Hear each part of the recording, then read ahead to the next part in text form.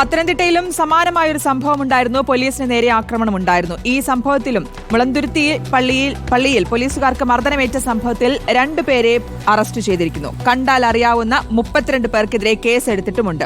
ഇന്നലെ രാത്രി 11 മണിക്കായിരുന്നു മുളന്തുരുത്തി മാർത്തോമൻ പള്ളിയിൽ യാക്കോബായ ഓർത്തഡോക്സ് വിഭാഗങ്ങൾ തമ്മിൽ സംഘർഷമുണ്ടായത്.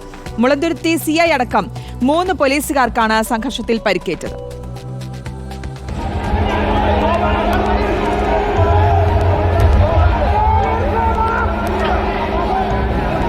മുളന്തുരുത്തി സ്വദേശികളായ ഏബൽ ലജി, ബിജു KP എന്നിവരെയാണ് അറസ്റ്റ് ചെയ്തത്. വെള്ളിയാഴ്ച രാത്രി 11 മണിക്കാണ് മുളന്തുരുത്തി മാർത്തോമൻ പള്ളിയിൽ യാക്കോബായ ഓർത്തഡോക്സ് വിഭാഗങ്ങൾ തമ്മിൽ സംഘർഷമുണ്ടായത്. ഇരു വിഭാഗങ്ങളുടെയും പെരുന്നാൾ പ്രദക്ഷിണത്തിനിടെയുണ്ടായ തർക്കമാണ് സംഘർഷത്തിൽ കലാശിച്ചത്. രാത്രി 11 മണിയോടെ മാർത്തോമൻ പള്ളിയുടെ മുന്നിലൂടെ യാക്കോബായ പക്ഷം നടത്തിയ പ്രദക്ഷിണത്തിനിടെ ഓർത്തഡോക്സ് പക്ഷം പള്ളിക്കുള്ളിൽ നിന്ന് ഉച്ചത്തിൽ വാദ്യോപകരണങ്ങൾ ഉപയോഗിച്ചു. ഇത് നിലവിലുള്ള ധാരണയുടെ ലംഘനമാണെന്ന് മുളന്തുരുത്തി CIയോട് യാക്കോബായ പക്ഷം പരാതി പറഞ്ഞു. വാദ്യോപകരണങ്ങൾ ഉപയോഗിക്കുന്നത് നിർത്തിവെക്കണമെന്നാവശ്യപ്പെട്ടെത്തിയ പോലീസ് സംഘത്തിന് നേരെയാണ് കയ്യേറ്റവും മർദ്ദനവും ഉണ്ടായത്.